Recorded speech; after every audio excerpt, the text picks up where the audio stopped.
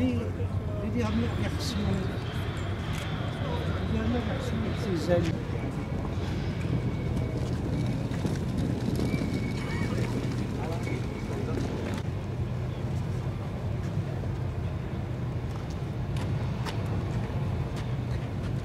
Bel avion de chasse qui décolle.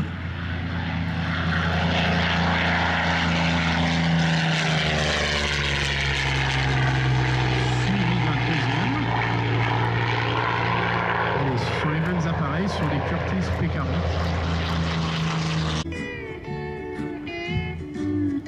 Nous sommes le 7 décembre 1941. La température est clémente, la météo est globalement agréable et des P-40 patrouillent comme chaque jour, en patrouille serrée.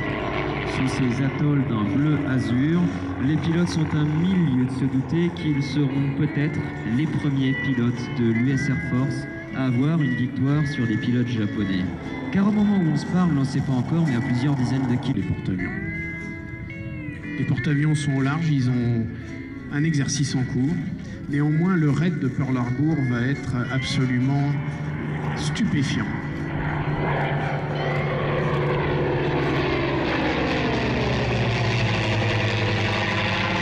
Les Américains sont attaqués au cœur de l'île qui pour eux est une île stratégique, qui est un territoire américain. Le raid japonais fait... By naval and air forces of the Empire of Japan. The attack yesterday on the Hawaiian Island, this was a severe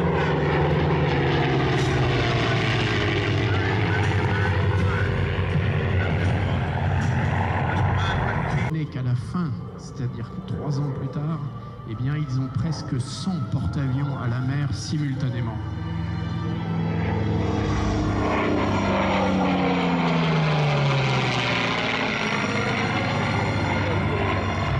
L'un des avions emblématiques de cette époque, eh bien, c'est le Curtiss P-40, celui qui est au-dessus de nos têtes. C'est un avion qui est déployé d'abord en Chine. Il fait partie du groupe, un groupe américain un peu particulier. C'est un groupe de, aujourd'hui on dirait de mercenaires. C'est les mercenaires qui sont basés en Chine et qui combattent, puisque la Chine avait été attaquée déjà par le Japon avant les États-Unis, qui combattent.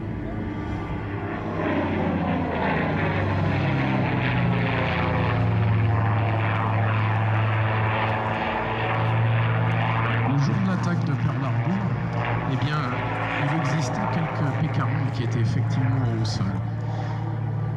Le film, d'ailleurs, il y a eu plusieurs films qui sont sortis, ils illustrent assez bien l'exploit de certains de ces pilotes qui ont sauté dans leurs avions. Certains étaient encore en pyjama.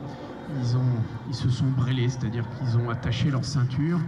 Ils ont demandé aux armuriers de vérifier une dernière fois, d'armer leurs avions.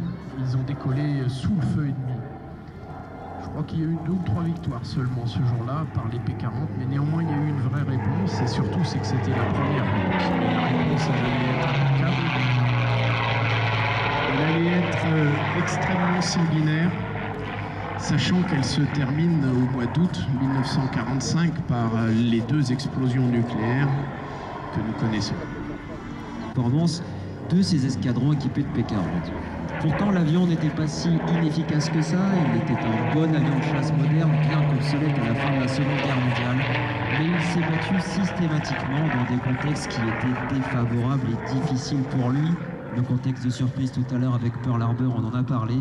Et ensuite, il sera largement détrôné dans le cadre de la bataille du Pacifique par le F-4 Corsair qu'on verra un petit peu plus tard. Et justement, les Britanniques, quand ils se sont tournés vers les États-Unis au début des années 40 pour savoir s'ils pouvaient acheter ces avions, là, l'histoire devient encore plus belle. Et le P-40 a malheureusement, grâce ou à cause de North American, connu une très faible reconnaissance, notamment en Europe. Oui, mais c'est une autre histoire. C'est l'histoire qu'on verra tout à l'heure. Comme tout à l'heure, alors pas de spoil. Gardons un petit peu de mystère. Cette iconique gueule de requin, on en parlait, qui a été